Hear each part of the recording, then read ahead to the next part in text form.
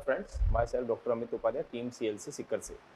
तो कल तक अपन ने जो पढ़ा था वो पढ़ा था ब्लड ग्रुप, और ब्लड ग्रुप में अपन ने पढ़ा था पहला जो प्रकार का ब्लड ग्रुप था वो था ABO ब्लड ग्रुप, यानी A, B, AB और O रक्त समूह जो 4 प्रकार के होते हैं उनको अपन ने पढ़ा था। उसमें अपन ने ये पढ़ा था कि RBC की सतह पर अगर A एंटीजन है तो उस बंदे का ब्लड ग्रुप होगा A, लेकिन उसके ब्लड के प्लाज्मा में एंटीबॉडी एंटी-B पाई जाएगी, यानी उसके विपरीत होती है। इसी वजह से वो आपस में कोशिकाओं के ऊपर जो एंटीजन है, जो एंटीबॉडी है प्लाज्मा के अंदर, वो आपस में किसी एक व्यक्ति के अंदर आपस में रिएक्शन नहीं करती है, क्योंकि एंटीजन और एंटीबॉडी का प्रकार अलग अलग होता है।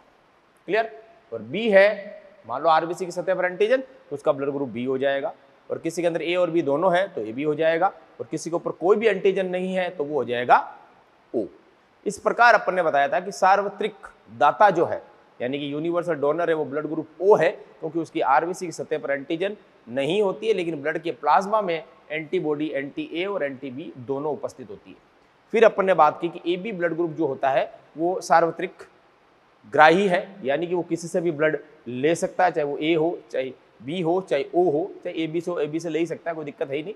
तो क्यों होता है ऐसा? क्योंकि उसकी ब्लड के प्लाज्मा में एंटीबॉडी एंटी-A और एंटी-B किसी प्रकार की नहीं होती है। एंटीजन होते हैं लेकिन एंटीबॉडी नहीं होती है, यानी एक में तो यूनिवर्सल डोनर में तो एंटीजन नहीं है और यूनिवर्सल रेसिपिएंट में एंटीबॉडी नहीं, इस वजह से वो ग्राही और दाता बने हुए हैं। क्लियर? फिर अपन ने बात की थी, अगला ब्लड ग्रुप अपन बात करते हैं RH। कौन सा? RH। तो आज अपन बात करेंगे RH फैक्टर के बारे में। चलिए, तो दूसरा है RH फैक्टर।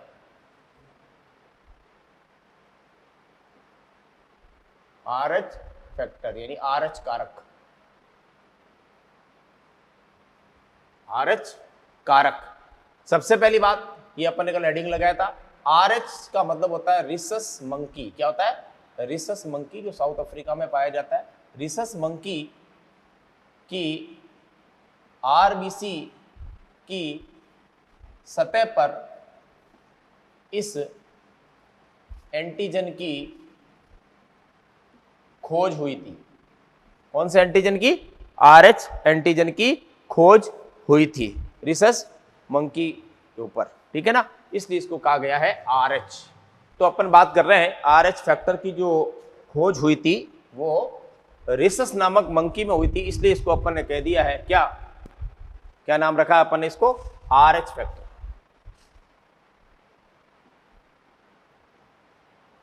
की गई, इससे इसका नाम रख दिया अपन ने, कौन सा? रिसस। ओके। दूसरी बात यह है, एंटीजन भी मानव RBC की सतह पर उपस्थित होती है। करेक्ट? ये RBC है, और इस RBC के अंदर अपन को पता है कौन पड़ा है? हीमोग्लोबिन है, और इसकी ये जो मेम्ब्रेन है यहां पर प्रेजेंट है आपके कौन सी? RH antigen. RH एंटीजन, और RH एंटीजन जो है इसमें एक बहुत बड़ी क्षमता होती है, अभी मैं आपको बताऊंगा। RH एंटीजन, अगर ये RH एंटीजन उपस्थित हो तो आप बोलोगे वो बंदा RH पॉजिटिव होगा। अगर मान लिया उस बंदे के अंदर RH एंटीजन अनुपस्थित हो तो आप बोलोगे वो बंदा RH नेगेटिव होगा। है ही नहीं तो नेगेटिव है, अगर प्रेजेंट है तो उपस्थित है। तो ये पॉजिटिव और नेगेटिव डिसाइड करने का जो क्राइटेरिया है वो अपने कौन सा होगा? अगर ये एंटीजन है तो पॉजिटिव है, अगर एंटीजन नहीं है तो नेगेटिव है। और अगर भारतीय इंडिया की बात करें, इंडियन पीपल की बात करें अपन, भारतीय के अंदर बात करें तो 80% जो जनता है वो RH पॉजिटिव है, और 20% जो जनता है वो RH नेगेटिव है। यानी ज्यादा लोग कौन से हैं आपके? पॉजिटिव वाले ज्यादा है। इसका मतलब RBC की सतह पर RH एंटीजन उपस्थित है। अगर ये एंटीजन उपस्थित होगा तो वो RH पॉजिटिव होगा, और नहीं होगा तो वो RH नेगेटिव होगा। अब आप सोच रहे हो जैसे ABO ब्लड ग्रुप, मान लो किसी बंदे का, मेरा मान लो आप ब्लड ग्रुप A है और मुझे कोई B वाला ब्लड ग्रुप मेरे ऊपर ट्रांसफ्यूज कर दे, यानी कि मेरे बॉडी के अंदर उसको एंटर करवा दे, तो मैं नहीं बच पाऊंगा क्योंकि A और B के बीच में क्रॉस हो जाएगा एंटीजन एंटीबॉडी। मेरा अगर A है तो A ही लगाना पड़ेगा। अब A कहने से केवल काम नहीं चलेगा, क्योंकि अपन अगर किसी का भी ब्लड ग्रुप पूछते तो क्या बोलते हैं कि हाँ साहब मेरा ब्लड ग्रुप क्या है आपका, तो वो बंदा जवाब देता है मेरा A पॉजिटिव है। तो A तो कहाँ से आया, ABO ब्लड ग्रुप से आया है, और पॉजिटिव और नेगेटिव का इन सेंस होता है, कहने का मतलब ये होता है वो कहाँ से आया, RH, यानी हम दोनों ब्लड ग्रुप एक साथ बोलते हैं। कोई कहता है ना मेरा ब्लड ग्रुप B पॉजिटिव है, तो B तो आ गया ABO से और पॉजिटिव नेगेटिव आ गया RH से। ये दो चीजें, RH पॉजिटिव नेगेटिव वाला भी लेना है और ABO वाला भी लेना है आपको। क्लियर? तो अगर कोई बंदा कहता है मेरा ब्लड ग्रुप, लिखता है my blood group is B positive, या तो B तो कौन आ गया है, ABO से आया है कि भी ABO वाला रक्त समूह कौन सा है, इसका B है। और पॉजिटिव नेगेटिव कहां से आया, क्या साहब इसके अंदर RH फैक्टर क्या है, प्रेजेंट है। इस तरह से अपन अलग अलग टुकड़े करके निकालेंगे। ये दोनों सेम होने जरूरी है। कैसे, इसका उदाहरण देता हूं।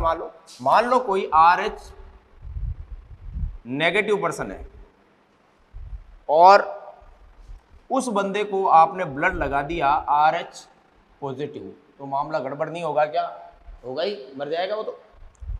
और अगर इस बंदे को आपने RH नेगेटिव को अगर RH नेगेटिव ही ब्लड दिया है तो कोई दिक्कत वाली बात है ही नहीं, तो ये भी नेगेटिव है, ये भी नेगेटिव, कोई रिएक्शन होना नहीं है। लेकिन ये संभव नहीं है, ये संभव है। तो क्रॉस वाला संभव नहीं है और ये संभव है। अगर मान लो दूसरी कंडीशन है, मान लो किसी बंदे का RH नेगेटिव है और पॉजिटिव है और उसको आपने ब्लड लगा दिया RH नेगेटिव, कोई दिक्कत नहीं होगी साहब, क्योंकि इसके पास एंटीजन है ही नहीं, और एंटीजन नहीं है तो कोई दिक्कत होने का, एंटीजन एंटीबॉडी रिएक्शन होने की पॉसिबिलिटी नहीं है, तो ये भी पॉसिबल है। अगर इस बंदे को आपने RH पॉजिटिव का ब्लड ट्रांसफ्यूज कर दिया तो भी कोई दिक्कत नहीं है, पॉजिटिव टू पॉजिटिव हो जाएगा, ये भी पॉजिटिव है, ये भी पॉजिटिव, कोई दिक्कत नहीं, ये दोनों पॉसिबल है साहब आपके।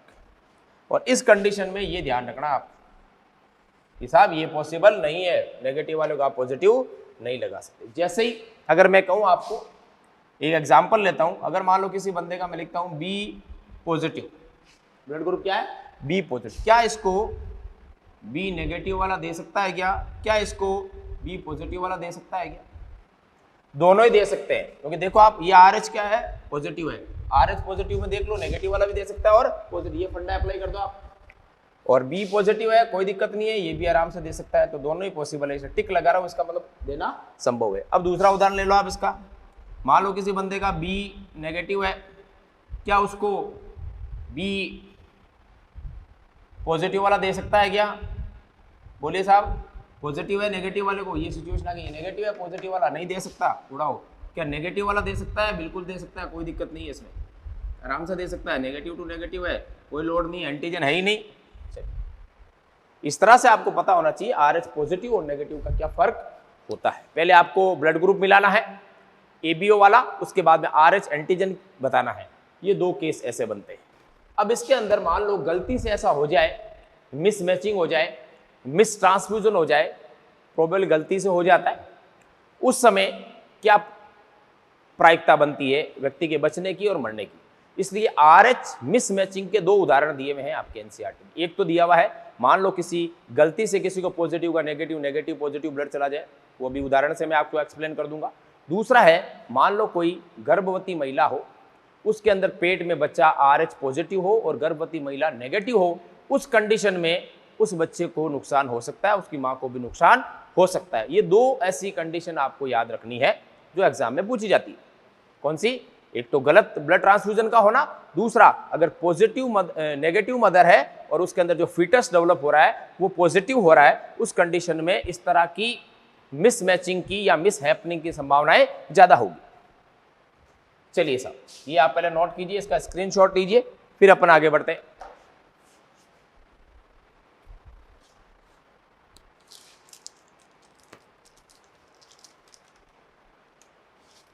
स्क्रीनशॉट लो इसका।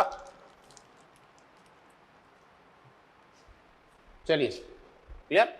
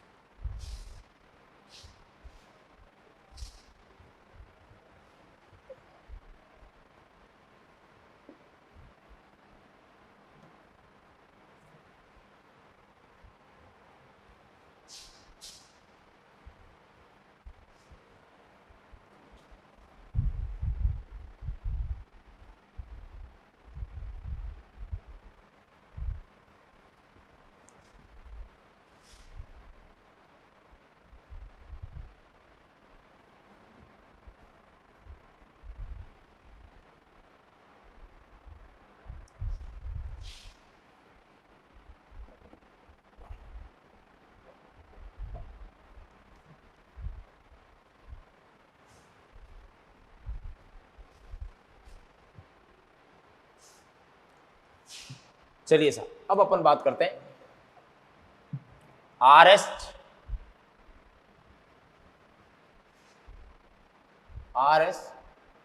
मिस मैचिंग, यानी गलती से मिसमैच हो गया आरएस मिस मैचिंग। एग्जाम्पल्स, तो दूसरा अपन कहते हैं आरएच इनकॉम्पेटिबिलिटी, आरएच इनकॉम्पेटिबिलिटी, यानी मिसमैचिंग को आप क्या बोलोगे, आरएच इनकॉम्पेटिबिलिटी। क्या होता है इसका मीनिंग? इसके अंदर दो एग्जाम्पल है। पहला कंडीशन नंबर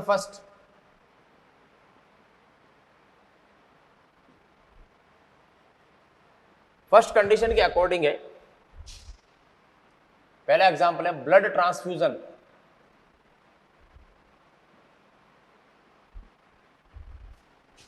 पहली कंडीशन का एग्जाम्पल है ब्लड ट्रांसफ्यूजन, बोले तो रक्त स्थानांतरण।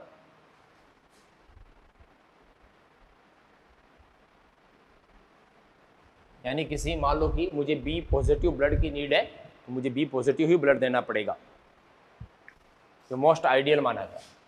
अब क्या होता है, मान लो किसी बंदे का आरएच नेगेटिव ब्लड है, क्या है, आरएच नेगेटिव ब्लड है, तो आपने उसको ब्लड लगा दिया आरएच पॉजिटिव।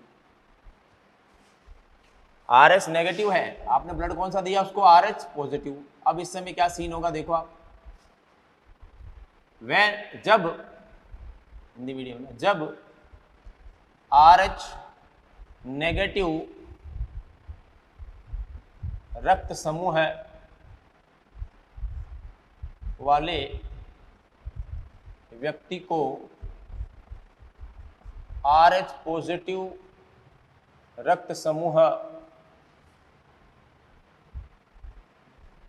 वाला रक्त ट्रांसफ्यूज का मतलब देना उसको, कर दिया जाए तो प्रथम ट्रांसफ्यूजन, जो पहली बार कर रहे हैं अपन, प्रथम ट्रांसफ्यूजन सफल रहता है।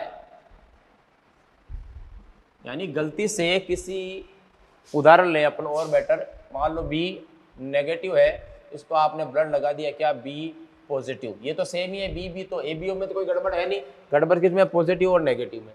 तो पहला जो आपने ब्लड ट्रांसफ्यूजन किया वो तो सफल होने की गुंजाइश 90% है। ऐसा क्यों है, जब आरएस नेगेटिव रक्त समूह वाले व्यक्ति को आरएस पॉजिटिव रक्त समूह लगा दिया तो प्रथम ट्रांसफ्यूजन सफल रहता है, क्योंकि, कारण सुनिए आप, ऐसा क्यों होता है, क्योंकि उस समय ग्राही के ब्लड में, ग्राही कौन, जो ब्लड ले रहा है, जो ऑलरेडी क्या है, आरएच नेगेटिव है। ग्राही कौन है, आरएच नेगेटिव। दाता कौन है, आरएच पॉजिटिव, ये दाता है। सफल रहता है क्योंकि उस समय ग्राही आरएच नेगेटिव के रक्त में आरएच पॉजिटिव के विरुद्ध में एंटीबॉडी यानी प्रतिरक्षी नहीं बन पाती है,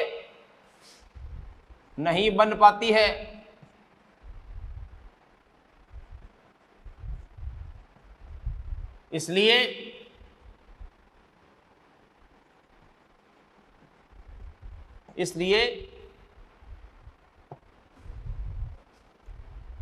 आरबीसी नष्ट का मतलब यहां पर है हीमोलाइज,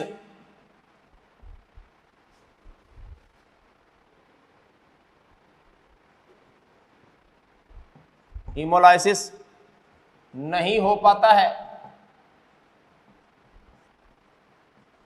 कहने का मतलब क्या है, सुनिए वापिस समझिए इस बात को, मैंने क्या लिखा है आपके सामने, दो लाइनें, कि जब आरएस नेगेटिव को आरएस पॉजिटिव वाला ब्लड मान लो गलती से लग गया, अब रिएक्शन होनी चाहिए उसके अंदर, लेकिन ऐसा होता नहीं है। क्यों, एबीओ समूह समान है, एबीओ समूह समान है, कोई दिक्कत नहीं, आरएच पॉजिटिव और नेगेटिव का इश्यू है यहां पर।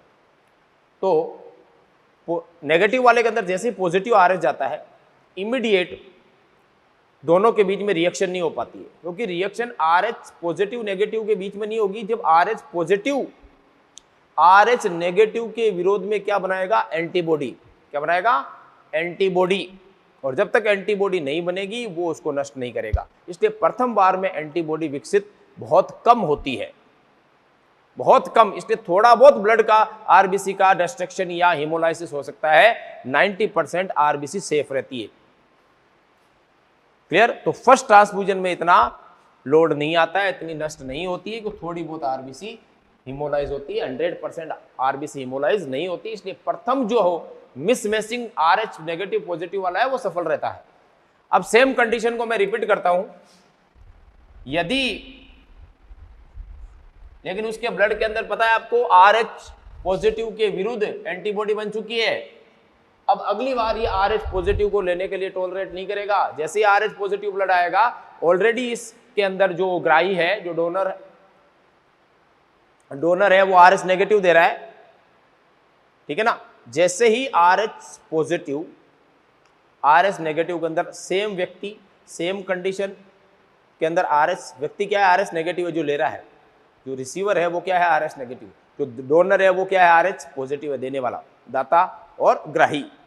देखे ना आप, ये ग्राही है और ये आरएच पॉजिटिव कौन है? दाता है। ये तो कह रहे हैं अपन कि आरएच नेगेटिव वाला ब्लड किससे ले रहा है? आरएच पॉजिटिव से ले रहा है। तभी तो ये प्रथम वाला तो सक्सेसफुल हो गया। सेम वही देख लो, बी नेगेटिव है बंदे का, इधर बी पॉजिटिव है, तो फर्स्ट सक्सेसफुल हो गया। क्यों हो गया सक्सेसफुल? क्योंकि आरएच पॉजिटिव के विरुद्ध एंटीबॉडी बनी थी, लेकिन बहुत कम बनी थी, इस वजह से बहुत कम आरबीसी नष्ट हुई थी। लेकिन सेकंड टाइम में, यदि सेकंड टाइम में यानी दूसरी बार आप ब्लड लगा रहे हो, सेकंड टाइम में यदि यह व्यक्ति आरएच पॉजिटिव ब्लड को लेता है तो ग्राही के अंदर, ग्राही यानी जो रेसिपिएंट है जिसके पास ऑलरेडी है, तो ग्राही के अंदर उपस्थित RH positive antibody, RH positive antibody उसे बॉडी आरबीसी को नष्ट कर देती है। नष्ट का मतलब होता है हीमोलाइसिस, नष्ट कर देती है और व्यक्ति की डेथ हो जाती है। भाई कंडीशन कब है? कंडीशन कब है? जब फर्स्ट टाइम आरएच नेगेटिव ने आरएच पॉजिटिव का ब्लड लिया हो और उस समय आरएच नेगेटिव वाले व्यक्ति के अंदर आरएच पॉजिटिव एंटीबॉडी बन गई हो, और सेकंड टाइम में वही बंदा यानी कि आरएच नेगेटिव वाला आरएच पॉजिटिव ब्लड लेता को अपने अंदर ग्रहण करता है या रिसीव करता है या रेसिपिएंट की तरह कार्य करता है, तो उस समय जैसे ही आरएच पॉजिटिव ब्लड जाएगा, आरएच पॉजिटिव के खिलाफ क्या पड़ी है ऑलरेडी उसके अंदर अपने क्या बना दी थी? एंटीबॉडी। उसको क्या कर देगी? नष्ट कर देगी, और उससे व्यक्ति की मृत्यु हो जाएगी। मृत्यु पहले बार में नहीं हुई है। क्यों नहीं हुई है? क्योंकि बहुत कम बनी है। क्या? RH positive antibody. ये फर्स्ट कंडीशन है मिसमैचिंग ब्लड ट्रांसफ्यूजन की। मिसमैचिंग ये दो एग्जांपल है। पहला है ब्लड ट्रांसफ्यूजन, इसमें सबसे ज्यादा important role ABO blood group का तो कोई लफड़ा ही नहीं है भाई। डायरेक्ट कोई मान लो बी है, बी को ए लगा रहे तो कहानी खत्म हो गई, वो तो स्टार्टिंग में खत्म हो गया, कोई मतलब ही नहीं है, क्योंकि प्लाज्मा में जाते ही ऑलरेडी वो प्लाज्मा में उसकी एंटीबॉडी विरुद्ध में होती है, अपोजिट होती है, ए की बी में, बी की एक में, तो रिएक्शन हो जाएगी। लेकिन आरएच का मुद्दा है तो वो आपके सामने ये दो कंडीशन। क्लियर? एक कंडीशन ये। दूसरी है, अगर आरएच नेगेटिव फीमेल के अंदर आरएच पॉजिटिव की प्रेगनेंसी हो, उस कंडीशन में प्रथम बच्चा 90% नॉर्मल होने की पॉसिबिलिटी होगी, 10% उसकी डेथ हो सकती है, जैसा यहां पर हो रहा है ब्लड ट्रांसफ्यूजन में। लेकिन सेकंड प्रेगनेंसी में 100% उसकी डेथ होनी तय है। किसके अंदर? गर्भाशय के अंदर, यूट्रस के अंदर, यानी बच्चा पेट के अंदर ही मर जाएगा। क्लियर? ये नोट कीजिए, फिर अपन दूसरी कंडीशन की बात करते हैं।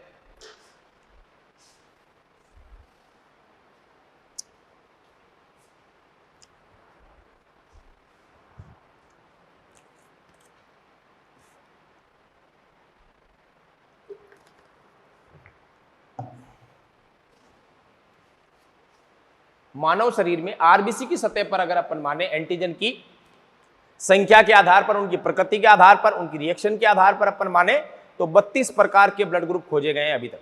32 types of blood groups are discovered on the basis of RBC antigen. लेकिन हम केवल 2 प्रकार के ब्लड ग्रुप पढ़ते हैं। कौन सा? एक एबीओ और दूसरा आरएच कारक वाला।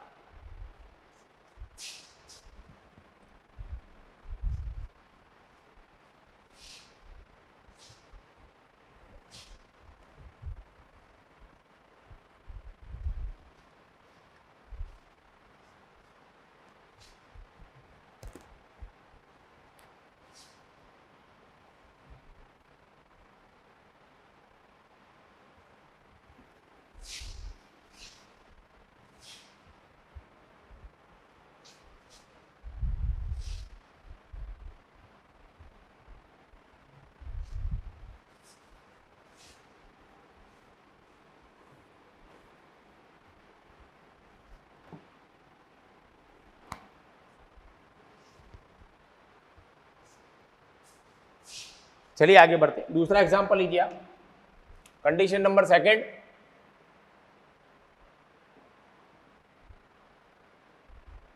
आरएच इनकॉम्पेटिबिलिटी की बात कर रहे हैं अपन। इस कंडीशन में क्या है?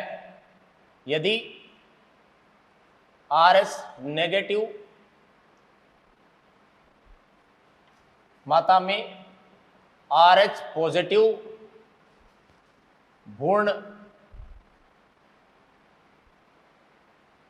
विकसित हो रहा हो, यानी मदर आरएच नेगेटिव है लेकिन भ्रूण जो है वो आरएच पॉजिटिव है, यानी यह कंडीशन इसको आप लिख सकते हो आरएच पॉजिटिव फादर है, इसका मतलब मदर आरएच नेगेटिव मदर है, और इनका जो बच्चा हो रहा है आरएच पॉजिटिव यानी भ्रूण है। भ्रूण का मतलब अपन कह सकते हैं यहां पर foetus.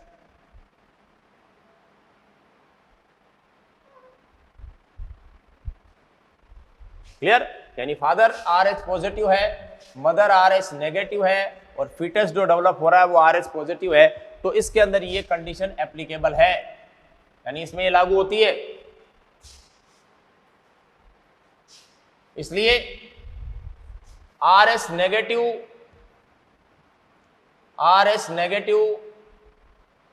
Female, Rh negative positive male, अगर ये मैरिज कराया जाए, ये मैरिज अमान्य है मेडिकल साइंस के अकॉर्डिंग, जिसको अपन कहते हैं इल्लीगल। ये इल्लीगल मैरिज होगी कब? जब फीमेल आरएच नेगेटिव हो और मेल आरएच पॉजिटिव हो, क्योंकि इससे अपन को पता है जो भ्रूण बनेगा वो आरएच पॉजिटिव बनेगा, और आरएच पॉजिटिव बनेगा तो कंडीशन ये आ जाएगी कौन सी? आरएच मिसमैचिंग वाली कंडीशन, जिसको अपन कहते हैं आरएच इनकॉम्पेटिबिलिटी। क्लियर? अब इसमें देखिए आप क्या होता है। यदि आरएच नेगेटिव महिला यानी मदर के अंदर आरएच पॉजिटिव फीटस यानी भ्रूण बच्चा फीटस हो, तो पहला बच्चा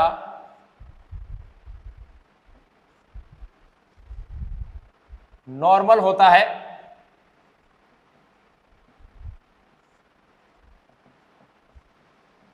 लेकिन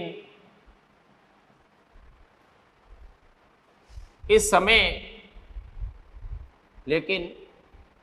जब इस बच्चे का प्रसव होता है यानी कि प्रसव से मतलब यहाँ पर क्या है, डिलीवरी होती है, बच्चा पैदा होता है, उस समय अपरा और अपरा जानते हो प्लेसेंटा, माँ और भ्रूण के बीच का कनेक्शन अपरा कहलाता है। जैसे अपने यहाँ पर होती है नाभि, तो नाभि का कनेक्शन प्लेसेंटा से होता है। अपरा, इसको अपन क्या कहते हैं, प्लेसेंटा। मदर और फीटस के बीच में आपको एक चीज पता होनी चाहिए, मदर का ब्लड कभी फीटस के कांटेक्ट में नहीं आता है, फीटस अपना ब्लड खुद बनाता है। यानी कि भ्रूण के अंदर आरबीसी जो बनेगी वो भ्रूण की खुद की होगी, उसमें मदर फादर का कोई रोल नहीं होगा। मां का जो ब्लड है वो आरएस नेगेटिव है और जो भ्रूण विकसित हो रहा है वो अपना खून खुद बना रहा है। मदर का ब्लड फीटस के भ्रूण यानी भ्रूण के कभी भी संपर्क में नहीं आएगा। केवल पोषक पदार्थ, ऑक्सीजन, ऐसे पदार्थ जो अपरा के द्वारा विसरित होकर भ्रूण में जाएंगे, जो इसका विकास करेंगे, उसका डेवलपमेंट करेंगे। लेकिन कभी भी आरबीसी, डब्ल्यूबीसी, प्लेटिलेट, ये चीजें मदर से फीटस में कभी नहीं जाएगी, क्योंकि उनके ऊपर एंटीजन अलग होंगे और फीटस के एंटीजन अलग होंगे, तो दोनों में रिएक्शन हो सकती है। इसलिए ध्यान रखें, फीटस यानी भ्रूण अपना ब्लड स्वयं बनाता है, जबकि माँ का ब्लड उससे बिल्कुल सेपरेट रहता है। इस सेपरेशन को रखने के लिए, इसको आपस में अलग रखने के लिए यहां पर एक अवरोध होता है, जिसे अपन कहते हैं अपरा अवरोध, प्लेसेंटल बैरियर। ये प्लेसेंटल बैरियर की वजह से मदर का ब्लड कभी भी फीटस के ब्लड के कांटेक्ट में नहीं आता है, इस वजह से फीटस को कोई दिक्कत नहीं है। तो यदि आरएस नेगेटिव के अंदर आरएच पॉजिटिव का पहला फीटस हो तो पहला बच्चा सामान्य होगा। अब ये देखो कहानी कुछ और है, मदर आरएस नेगेटिव है, फीटस आरएस पॉजिटिव है, लेकिन फर्स्ट बेबी नॉर्मल हो रहा है। इसकी संभावना 90% होती है, 10% वो भी बच्चा पैदा होने के कुछ घंटे बाद मर सकता है। तो आरएस नेगेटिव, आरएस पॉजिटिव, पहला बच्चा सामान्य होगा, लेकिन सेकंड बच्चा 100% पेट में ही मर जाएगा। क्यों मर जाएगा? गर्भाशय के अंदर डेथ हो जाएगी उसकी। वही कहानी जो फर्स्ट ट्रांसफ्यूजन में हुआ था। क्या? जब इस बच्चे का प्रसव होता है, जब ये बच्चा पैदा होता है, तो आपको पता ही है पैदा होते समय हमें, हमारे और मां के बीच का जो कनेक्शन होता है वो अपरा होता है। अपरा को क्या कर दिया जाता है?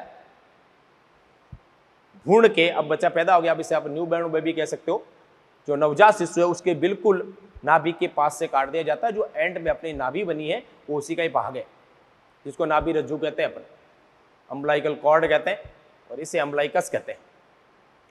तो वहां से जब कट करते हैं तो उसमें दोनों ब्लड वेसल होती है, मदर वाली भी ब्लड वेसल है उस अपरा के अंदर और भ्रूण की भी। जब काटते हैं तो कुछ ब्लड उनके कांटेक्ट में आ जाता है,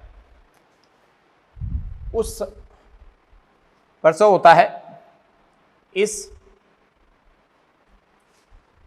इधर देखिए आप क्या लिखा, जब इस बच्चे का प्रसव होता है तो उस समय अपरा को काटते समय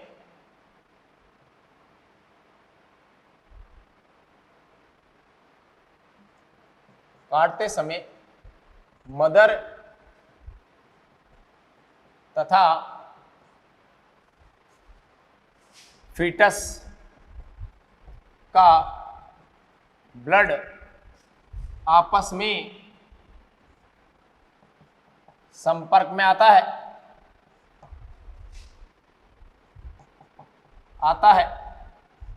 जिस कारण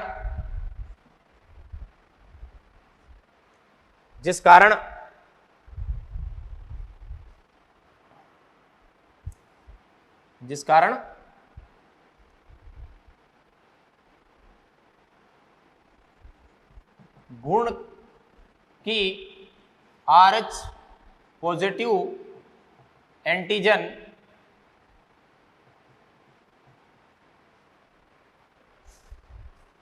मदर के आरएच नेगेटिव एंटीजन किसकी सतह पर होती है? आरबीसी की सतह पर एंटीजन के संपर्क में आने से मदर के अंदर RH पॉजिटिव के विरुद्ध में क्या बन जाती है, एंटीबॉडी बन जाती है। ऐसे ब्लड ट्रांसफ्यूजन में हुआ था, एंटीबॉडी बन जाती है। ये लीजिए, पहला बच्चा नॉर्मल है, लेकिन जैसे प्लेसेंटा को आपने कट किया, ये प्लेसेंटा कट किया तो दोनों ब्लड आपस में कांटेक्ट में आए, इस वजह से मदर के अंदर RH नेगेटिव RH पॉजिटिव के रिएक्शन के फलस्वरूप RH पॉजिटिव एंटीबॉडी मदर के अंदर बन जाती है। यदि ये कंडीशन अब सेम हुई, अगर उसी फीमेल ने RH पॉजिटिव का बच्चा गर्भ धारण किया तो ये RH पॉजिटिव एंटीबॉडी पहले से ही बनी हुई है, इनमें क्षमता होती है प्लेसेंटा को क्रॉस करने की, नॉर्मल ब्लड में नहीं होती है। RH पॉजिटिव एंटीबॉडी की क्षमता होती है प्लेसेंटा को क्रॉस करेगी और भ्रूण में जाएगी और वहां पर जो भ्रूण के अंदर नई RBC बनी है उसे नष्ट कर देगी। और जब RBC नष्ट होती है तो आपको पता ही है बिलीरुबिन बढ़ जाता है। मैंने आपको पाचन तंत्र में बताया था कि जब हीमोग्लोबिन टूटता है, RBC नष्ट होती है, तो बिलीरुबिन और बिलीवर्डिन नामक पित्त वर्णक का निर्माण होता है। तो बिलीरुबिन की मात्रा बढ़ेगी तो पहले तो बच्चे को क्या होगा, पीलिया होगा, जॉन्डिस होगा, उसके बाद में धीरे धीरे सारी RBC नष्ट हो जाएगी तो भयंकर वाला पीलिया होगा बच्चे को, और पीलिया होने की वजह से उस बच्चे की क्या हो जाएगी, मृत्यु हो जाएगी। यानी बच्चा जो भ्रूण जो है जो पेट में मरेगा वो पीलिया होकर मरेगा। पीलिया क्यों हुआ, क्योंकि RBC नष्ट हो गई उसकी। क्यों हो गई, क्योंकि RH पॉजिटिव एंटीबॉडी ने भ्रूण की RH पॉजिटिव एंटीजन को नष्ट कर दिया, इस वजह से RBC नष्ट हो गई और भ्रूण को क्या हो गया, जॉन्डिस हो गया, पीलिया हो गया। नेक्स्ट, यदि ये फीमेल सेकेंड टाइम यानी द्वितीय बार प्रेग्नेंट यानी गर्भवती होती है, लेकिन भ्रूण कौन सा होना चाहिए अंदर, RH पॉजिटिव। यदि ये फीमेल सेकेंड टाइम प्रेग्नेंट होती है, RH पॉजिटिव से प्रेग्नेंट होती है, अर्थात भ्रूण RH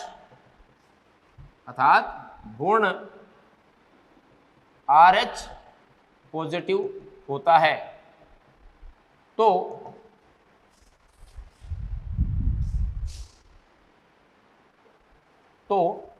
इस समय या इस बार RH पॉजिटिव एंटीबॉडी अपरा को यानी प्लेसेंटा को पार करके यानी क्रॉस करके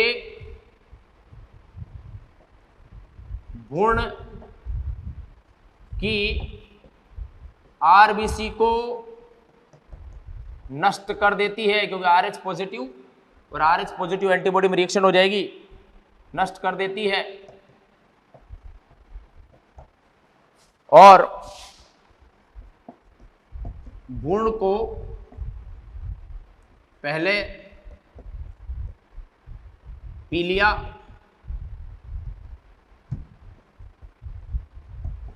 यानी जिसको अपन कहते हैं अंग्रेजी में जॉन्डिस होता है, तथा बाद में उसकी डेथ हो जाती है।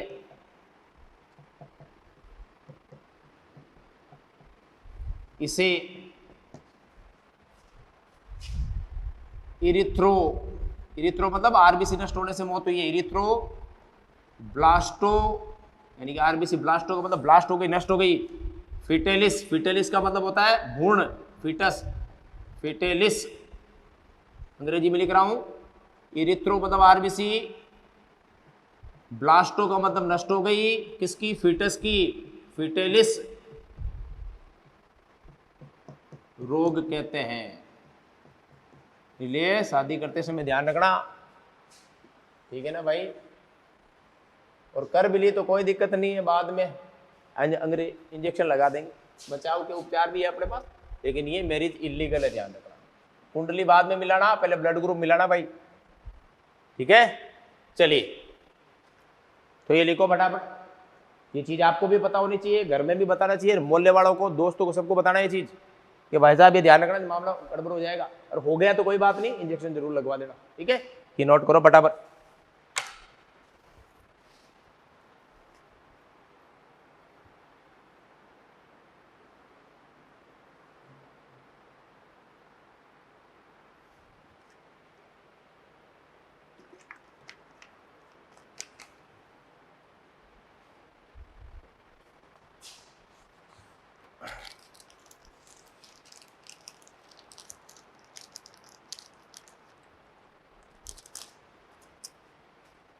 क्लियर, चलिए सर स्क्रीनशॉट लो भाई इसका, ले लिया, चलिए।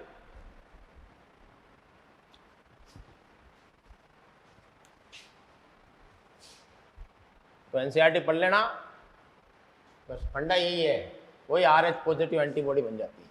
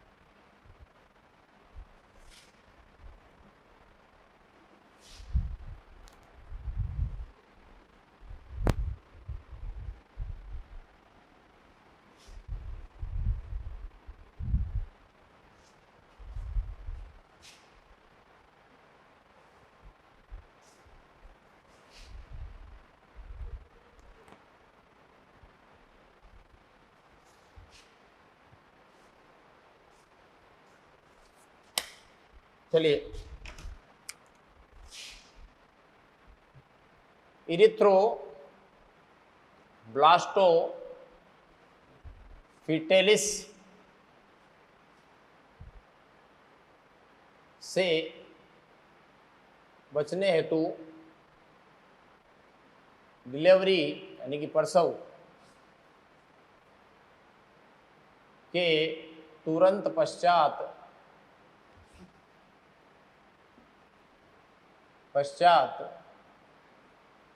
anti-RH पॉजिटिव एंटीबॉडी का इंजेक्शन यानी सुई लगाना चाहिए। क्लियर, उस इंजेक्शन का नाम भी आपको पता होना चाहिए, रोगम इंजेक्शन, दूसरा नाम है रोलिन। ये इंजेक्शन आते हैं, भी ध्यान रखना इस नाम के। जन्म के तुरंत पश्चात कितनी देर में, 24 घंटे के अंदर लग जाना चाहिए, 24 घंटे के अंदर लग जाना चाहिए, ध्यान रखिएगा। क्लियर, चलिए तो पहला बच्चा कैसे मरेगा, जॉन्डिस होकर मरेगा, ये लिखो आप। फिर अपन शुरू करते हैं अगला टॉपिक, जिसका नाम है रुधिर स्कंदन की क्रियाविधि। ब्लड ग्रुप समाप्त हो जाते हैं।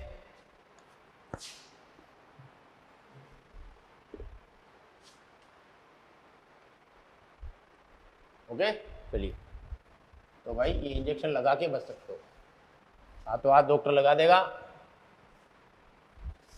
जो बंदा डिलीवरी कराएगा वो, आजकल तो प्रेगनेंसी होते ही पहले टेस्ट, ब्लड ग्रुप टेस्ट किया जाता है हस्बैंड का और वाइफ का, और उससे पता चल जाता है बच्चे का कौन सा होगा। चलिए अगला टॉपिक लगाइए, जिसका नाम है रुधिर स्कंदन की क्रियाविधि। बोले तो ब्लड क्लोटिंग मैकेनिज्म। मैकेनिज्म का मतलब आप पढ़ते ही हो, क्रियाविधि। इसका दूसरा नाम है कोएगुलेशन,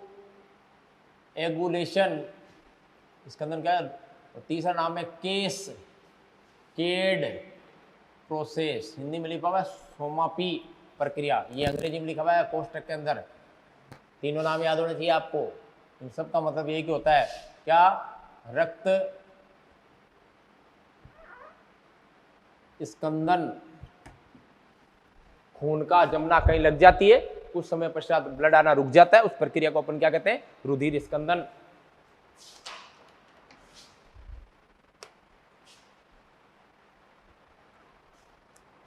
तो लिखिए,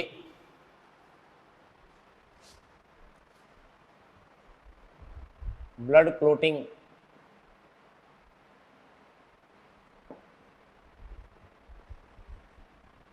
जब शरीर पर चोट लग जाती है तो ब्लीडिंग यानी रक्त स्त्राव, खून आने लग जाता है, ब्लीडिंग स्टार्ट हो जाती है। लेकिन कुछ समय पश्चात यह ब्लीडिंग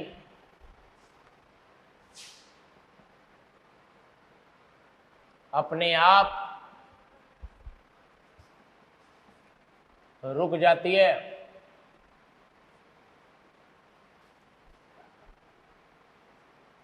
इसे रक्त स्कंदन बोले तो ब्लड क्लोटिंग या कोएगुलेशन या कैस्केड प्रोसेस कहते हैं। यह परिभाषा, कहीं चोट लग जाएगी, खून आएगा, उस खून आने से ऑटोमेटिक वो खून रुक जाता है। अगली बात, अब ये तो बातें बच्चों वाली बातें हैं, लेकिन आपको पता होना चाहिए रुधिर स्कंदन की क्रियाविधि बेसिकली की परिभाषा है क्या इसकी?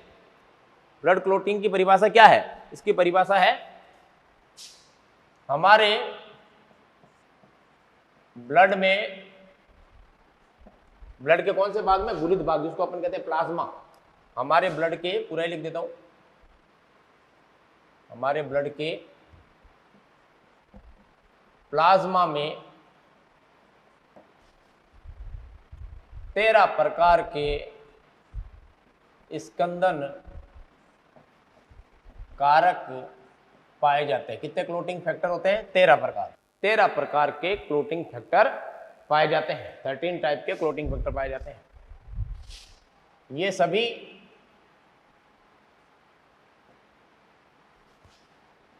इनएक्टिव यानी अक्रियाशील, इनएक्टिव होते हैं। क्या होता है ये? इनएक्टिव। एक्टिव होते तो क्या हो जाएगा? रुधिर स्कंदन हो जाएगा, पूरा खून जम जाएगा अपने शरीर का। ये इनएक्टिव होते हैं और जैसे ही चोट लगती है, चोट लगना मतलब खून आना लगती है, तो यह एक्टिव होकर यानी सक्रिय होकर, खूब सारी क्रियाएं होती है इसमें, सक्रिय होकर ब्लड का क्लोट, क्लोट का मतलब रुधिर का थक्का बनाते हैं। समझ गए आप? इन सब में सबसे इंपॉर्टेंट कौन सा फैक्टर है? 13 फैक्टर अभी अपन नाम पढ़ेंगे। जब घुलनशील यानी कि सोल्यूबल, घुलनशील को क्या कहते हैं? सोल्यूबल। कौन सा कारक? फिब्रिनोजन। जब घुलनशील फिब्रिनोजन इनसोल्यूबल यानी अघुलनशील फिब्रिनोजन में बदल जाता है तो रुधिर का थक्का बनता है।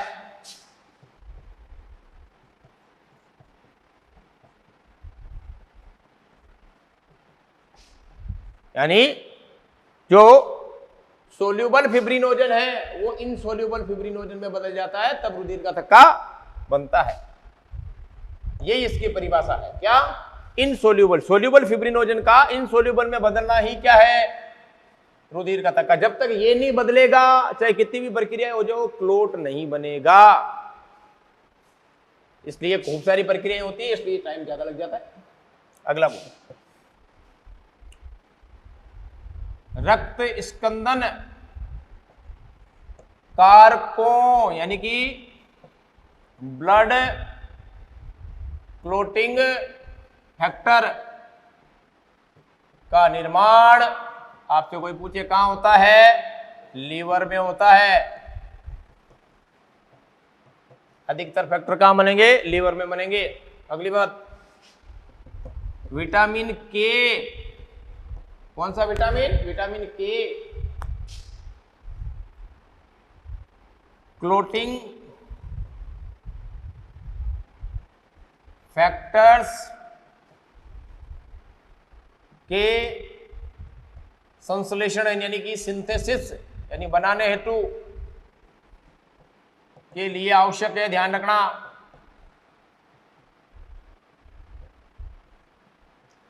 अगली बात, विटामिन के की नीड होती है, ध्यान रखना। बच्चा पैदा होते ही सबसे पहले विटामिन के का इंजेक्शन लगाते हैं ताकि कहीं से कोई ब्लड आ रहा है तो रुक जाए। Next, calcium ion blood clotting में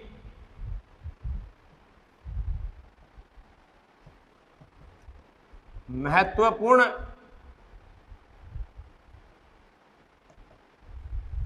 यानी कि इंपॉर्टेंट, अंग्रेजी में याद रहता है, इंपॉर्टेंट रोल यानी भूमिका अदा करता है, यानी बहुत बड़ा रोल है किसका भाई, कैल्शियम का। ध्यान रखिएगा, दोनों को भूलना नहीं है अपन को, किसको, कैल्शियम और विटामिन के, ये बहुत बड़े रोल है, इंपॉर्टेंट, पूछा जाता है हर एग्जाम में। अब अपन बात करेंगे जो 13 फैक्टर पाए जाते हैं उनके नाम लिखेंगे, फिर वो रिएक्शन पढ़ेंगे अपन, ठीक है। ये नोट करो फटाफट।